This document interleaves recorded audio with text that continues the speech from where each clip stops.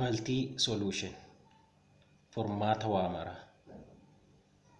Kiristoos iddoo hundatti waamama. Gara keessan kan na fidee jaalala Kiristoosi. Gara kee kan na fidee jaalala Kiristoosi. Nuti amalaan, bifaan, qooqaan garaagara. Dhiigni Kiristoos garuu tokko nu godhe. Ormummaan gidduudhaa balleesse. Saansiin hanga du'aa qofatti qorata. Du'a garas darbee wanta beekuu hin qabu. Otuu saansiin wanta du'a garas darbee qoratu ta'ee kan jannata seenu warra adii qofa. Wangeelli kun garuu du'a garas darbee qorata. Namni kana keessatti of ilaalee mataa isaa qofa argatu hin ta'in wanta du'a garas jiru darbee arga. Kun isa abjuu hiikuudha. Hinqooqillishin የሚፈታ ዲክሽነሪ ነው መጽሐፍ ቅዱስ። Afrikaa keessa qomoo hedduutu jira. Isaan keessaa qomoo gurguddaan qomoo Yihuudootaati. Qomoo lammaffaan qomoo Jewish qaccee hidda Israa'elootaa jechuudha. Qomoo xixiqqoo hedduunis jiru garuu nuti qomoo gurguddaa sana lamaan waliin ilaalla. Akkuma bifni keenya garaagara ta'e amalli keenya yaadni keenya garaagara. Nuti immoo isa kana akka siyaasaatti itti fayyadamna. Dafnee waliin hubannu, dafnee waliin gallu. Kun immoo siyaasa miti. Kennaadha, kennaa uumamaati. Yihuudoonni yeroo baay'ee amala dhiituu qabu, amala humnaan bulchuu qabu, amala booji'uu qabu, amala hidhuu qabu, amala olaantummaa qabu. Walqixxummaa wanta jedhamuun liqimfamuuf. Gaazaa yookaan Filisxeem Yihuudoonni wal keessa jiru, walirraa horaniiru. Yerusaalem, Libaanoon, Damaasiqoo yookaan Siiriyaan, Ijipt jarri kun immoo qofaatti wal keessa jiru. Hiddi isaanii walirraa horaniiru. Haa ta'u iyyuu malee Yihuudootaafis Israa'elootaafis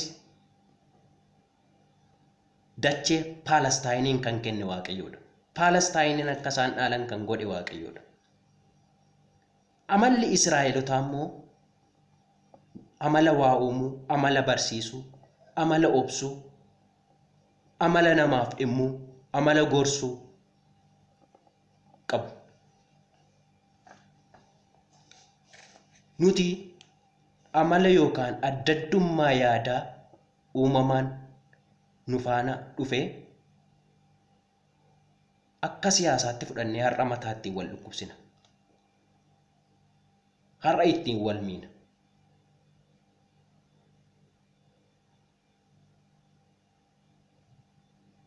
Waliif hubachuu dadhabuurraan, ilaalcha walqixxummaa waliif dhabuurraan siyaasa dahoo godhannee qarriffaa isaatiin wal nyaanna. Gartuudhuma warra Kiristoosiin fanniseeti warri har'a abiddaan nama gubu, warri har'a nama qalu, warri nama har'a ajjeesu, warri mana amantaa diigu. Maaloo na dhiisaa obboloota koo jedha. Abidda keessa ciise. Lakkaa gaannamiin kan hoogganu dhalataa lammii Itoophiyaati. An seexanan se'e. Seexanni wanta qalbii jijjiirratti fakkaatti. Hojii seexanaa kan hojjetaa jiru nama. Fakkeessitoonni cubbuu soomootu hin ta'in biddeen yookaan hancufa isaanii soomu. Waaqayyoon dhaga'uun barbaachisaadha. Waaqayyo Museedhaan itti himi jennaan Museen Afrikaa godhee dhaye. Hubadhaadha. Tokkummaan saba Israa'elii Yarikoo diige. Tokkummaan hojii diinaa diiga. Addaddummaan keenya har'aa immoo biyya diigaa jira. Bara Fara'oon keessa sabni Israa'elii hoggaa Yerusaalemitti godaananii daandiin Itoophiyaa keessa qaxxaamuru kaaba Gondar irraan, Eertiraa yeroo ammaa irraan, Yemen irraan Galaana Diimaa ce'ee Awurooppaatti qaxxaamura. Sababa dadhabina isaaniirraan kan ka'e, sababa Waaqayyoon shakkuu isaaniirraan kan ka'e hedduun isaanii karaatti hafan. Kaan ni du'anii, kaan qomoo biraa fuudhanii, qomoo biraa heerumanii Afrikaa har'aa ta'an, Itoophiyaa har'aa ta'an. Nuti irra caalaan keenya dhaloota harca'ee hafeedha. Dhaloota shakkiidhaan karaatti hafeedha. Hidda orjinaalii durii sanaan hin jirru baay'een keenya. Dhaloonni bara Nooyitiin achi jiru xaragamee lafarraa badeera sababa jal'ina isaarraan kan ka'e. Jal'ina addaa hojjetan immoo miti. Jal'ina nuu gadi hojjetanii miti. Nutu har'a jal'ina isaan dachaa hojjetaa jira. Waaqayyo sababa lammata nama haree xaragee lafarraan balleessu jedhee waan kakateef malee nuudha kan baqee badu.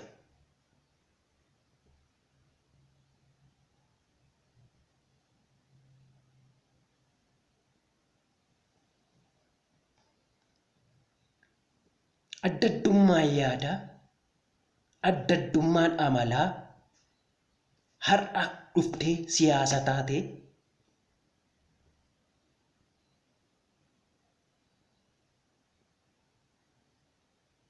tokkummaa keenya, jaalala keenya diigaa jirti. Qomoon inni tokko gaafa taayitaa argatu, taayitaa yookaan siyaasa dayoo godhatee qomoo isa biraa dhiita, qomoo isa biraa darara. Kun Afrikaa keessatti baratamaa ta'e.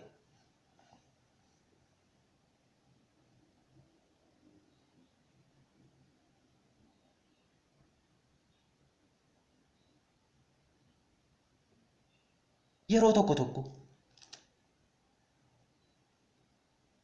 sagalee Waaqayyoo warra akka siyaasaatti fudhatan jiru.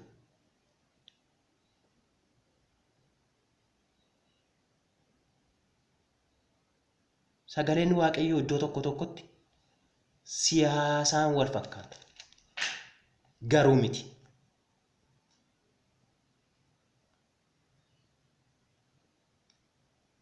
Sagaleen Waaqayyoo macaafni qulqulluun heeraa fi seera akka ittiin bulluuf, akka itti jiraannuuf Waaqarraa nuuf kennamedha. Gonkumaa wanta biyya lafaatti fakkeeffamuu hin qabu. Saayinsiitti, siyaasatti fakkeeffamuu hin qabu. Egaa bara dheeraadhaa fi namni luka isaatiin Israa'elitti godaana. Hiddi keenya Israa'el Yerusaalem jedhanii waan yaadaniif. Keessumaa Yihuudoonni. Giruu daandiin inni salphaan Kiristoositti amanuudhaan malee lukaan miti kan Yerusaalemiin jannatatti galan.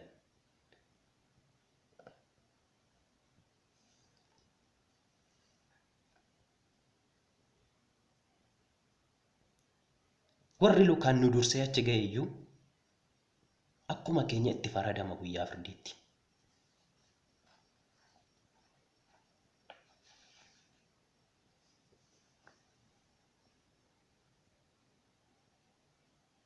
har'a egaa ati Giriikiidha, ati Yihudaadha wanta jedhamu Kiristoos hambiseera. Hubadhaa, namni Kiristoositti amane ati koomoodha, ati gaallaadha, ati nafxanyaadha, ati immoo maa'oodha waliin hin jedhu. Kun gonkumaa waldaa kiristaanaa keessa jiraachuu hin qabu. Kun ilaalcha warra biyya lafaati. Warri biyya lafaa qomoo faarsu, warri biyya lafaa du'aa faarsu, warri biyya lafaa uumaa isa uume dhiisanii uumama faarsu. Akkuma bara Musee, akkuma bara Iyyaasuu harcaanee hafuu hin qabnu. Waaqayyoon arrabsuu hin qabnu.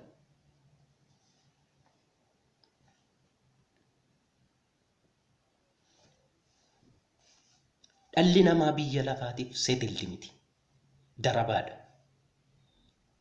Nuti immoo gaafa quufnu, gaafa iddoo olaanaa tokko argannee of wallaallu darabaa ta'uu keenya daganna.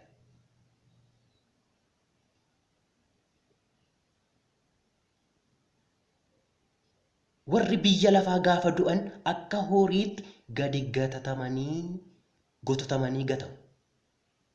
Micireen isaan keessaa biqilu hin jiru. Hin yaadataman.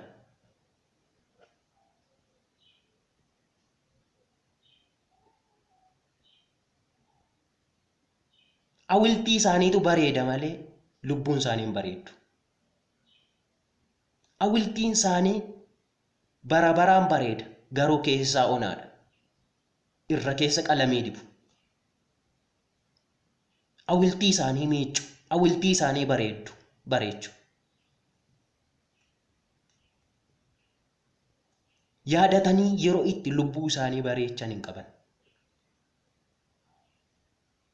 Namni jannata kan seenu obsuudhaan, soomuudhaan, abboomamuudhaan, amanuudhaan, hojii gaarii hojjechuudhaan, cubbuu ciigga'uudhaan.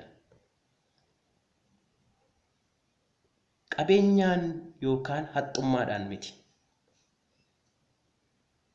Keessumaa hinaaffaan gaafa keessa namaatii ol dhufee xaaxa'uu fuula namaa balleessa. Nama fokkisiisa. Nama maseensa. Ulfa namarraa baasa. Kellaa Waaqayyoo ittiin mana kee seenuu hin cufin. Namni yeroo baay'ee utuu hin beekin balbala Waaqayyoo ittiin gara isaa dhufu cufa. Yoo wanta gaarii Waaqayyo sirraa barbaadu hojjechuu dhiiftee wanta dogoggoraa hojjette utuu hin beekamin mooraan eebbaa kee cufama.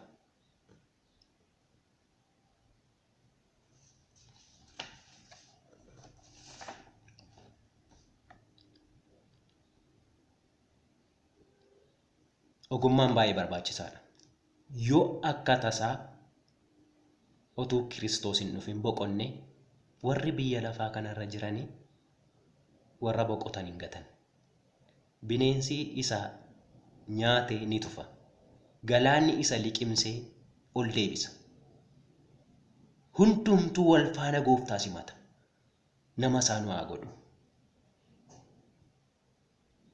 Warri waan hundumaa biyya lafaa kanarraa dhabdanii Kiristoosiin immoo qabdan isin gammada, isin ililchaa.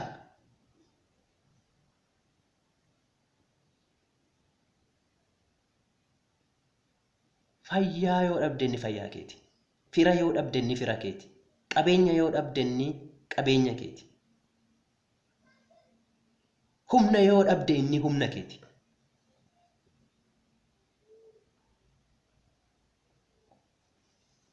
Namni qarshii qabu xabaqaa qaba.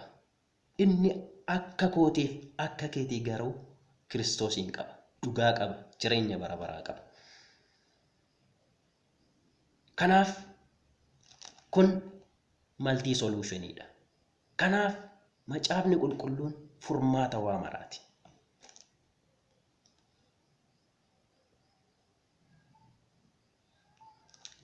hiika waan hundumaa asirraa arganna. Nuti dhugaa jaallanna. Warri biyya lafaa garuu dhugaa jibbu. Nuti dhugaa jaallanna. Abbootiin siyaasaa garuu dhugaa jibbu.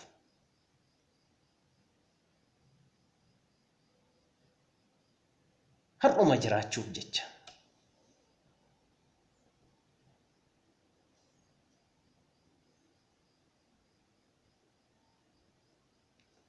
Warra ijoollee Waaqayyoo, warra saba Israa'eliin lafarraa xaragee balleessuuf hidhatee ka'eef kan dubbatutu baay'eedha bara kana.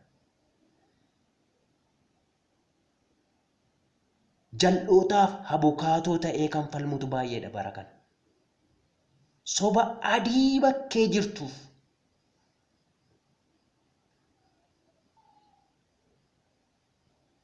kan dubbatutu baay'eedha. Abukaatoo kan ta'etu baay'eedha.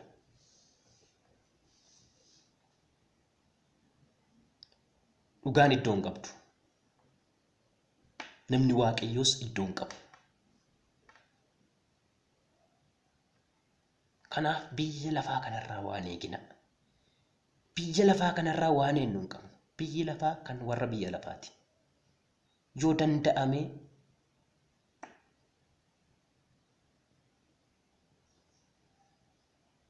of qulqulleessuu, obsaan Waaqayyoon eeguu, keessumaa obsiin barbaachisa. Waaqayyo isin eebbisu. Barumsi koo itti fufaa. Ayyaanni Waaqayyoo isiniif haa baay'atu.